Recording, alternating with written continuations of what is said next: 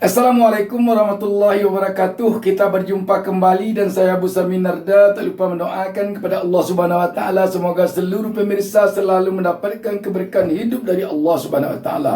Tuhan Yang Maha Esa. Ini ada sebuah berita mengejutkan dari Bawaslu. Bawaslu mengusulkan agar pilkada ditunda. Kenapa ini dikatakan mengejutkan? Isu penundaan pemilu sudah sejak lama. Tentu tidak tertutup kemungkinan publik ini akan ada yang beranggapan bahwa ini coba dulu dengan teori bubur hangat. Teori bubur hangat itu gimana? Coba dulu makan di pinggir-pinggirnya. Pinggir, nanti langsung ke tengah. Artinya apa? Bisa jadi rakyat sekarang ini atau publik sekarang ini dengan adanya usulan penundaan pilkada ini dari Bawaslu, bisa saja publik beranggapan dicoba tes dulu dari penundaan pilkada. Kalau nanti publik tidak ada reaksi atau setuju dengan penundaan pilkada, coba lagi penundaan pileg. Kalau nanti diam penundaan pileg, coba lagi penundaan pilpres. Setidaknya ini bisa berpendar di opini publik. Karena itu, apa yang dikemukakan Bawaslu ini tentu patut dicermati. Saya baca beritanya. Detik News menurunkan berita di bawah judul Ketua Bawaslu usulkan penundaan pilkada 2024. Berita ini hari Kamis 13 Juli 2023. Jakarta.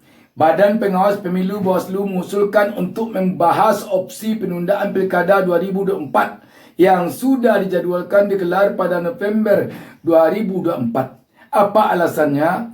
Hal ini disampaikan Ketua Bawaslu Rahmat Bagja saat rapat koordinasi kementerian dan lembaga negara yang diselenggarakan Kantor Staf Presiden KSP Jakarta Rabu 13 Juli 2023. Ini Kamis 13 Juli mungkin ini. Ini Rabu 13 Juli katanya.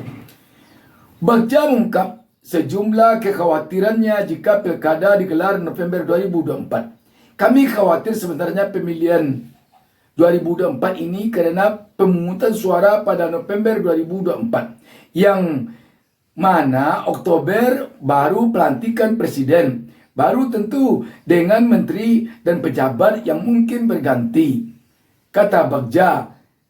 Keterangannya Kamis 14 Juli 2023. Ini Kamis tanggal 14.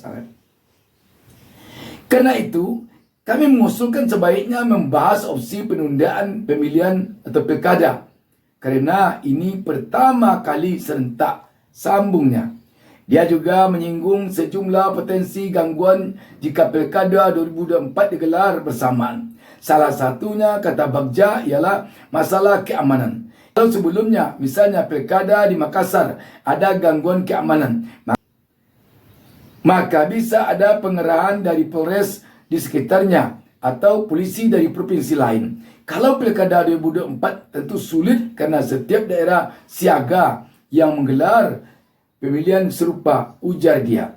Bagja juga menyebut ada beberapa masalah lain seperti pemutakhiran data pemilih, pengadaan dan distribusi logistik pilkada seperti surat suara, dan beban kerja penyelenggara pemilu yang terlalu tinggi. Selain itu, dia juga menyinggung belum optimalnya sinergi antara Bawaslu dan KPU terkait peraturan KPU, PKPU dan peraturan Bawaslu per Bawaslu. Data pemilih ini banyak sekali masalah. Sampai-sampai satu keluarga beda TPS, tempat pemungutan suara, saja malah sampai marah-marah. Begitu juga surat suara. Itu banyak permasalahannya, misalnya kekurangan surat suara dari TPS A ke TPS B. Itu juga bisa menimbulkan masalah, ungkapnya. Bagja juga menyinggung maraknya politik uang. Dia menyebut belum optimalnya transparansi laporan dana kampanye menjadi salah satu masalah.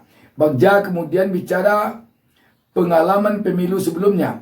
Dia mengatakan banyak kesulitan pemilih dalam menggunakan hak pilih, penyebaran hoak dan sebagainya yang timbul pada pemilu yang telah dilaksanakan sebelumnya. Ini nanti kalau sudah penetapan calon presiden dan wakil presiden, kemungkinan hoak dan hate speech akan ramai kembali. Kita perlu melakukan antisipasi jelasnya. Dia mengatakan Bawaslu telah melakukan upaya pencegahan melalui berbagai strategi. Salah satunya adalah memperluas pengawasan partisipatif.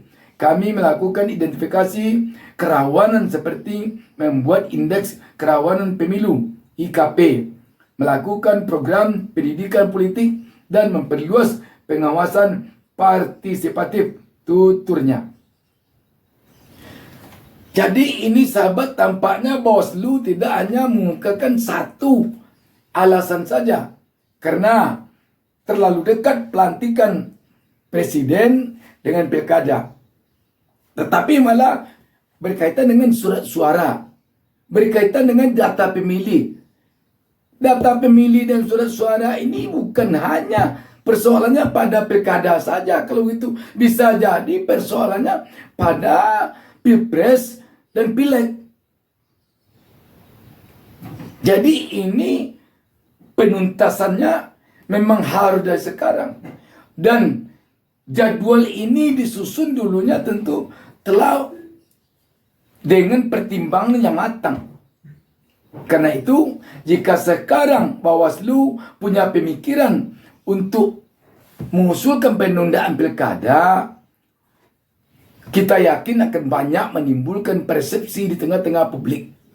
Setidaknya akan menimbulkan dugaan, kekhawatiran bagi publik. Jangan-jangan ini hanya untuk tes ombak. Dites dulu, kalau lolos penundaan pilkada ini, berlanjut nanti kepada penundaan pemilu. Kalau lolos penundaan pemilu, berlanjut kepada penundaan pilpres.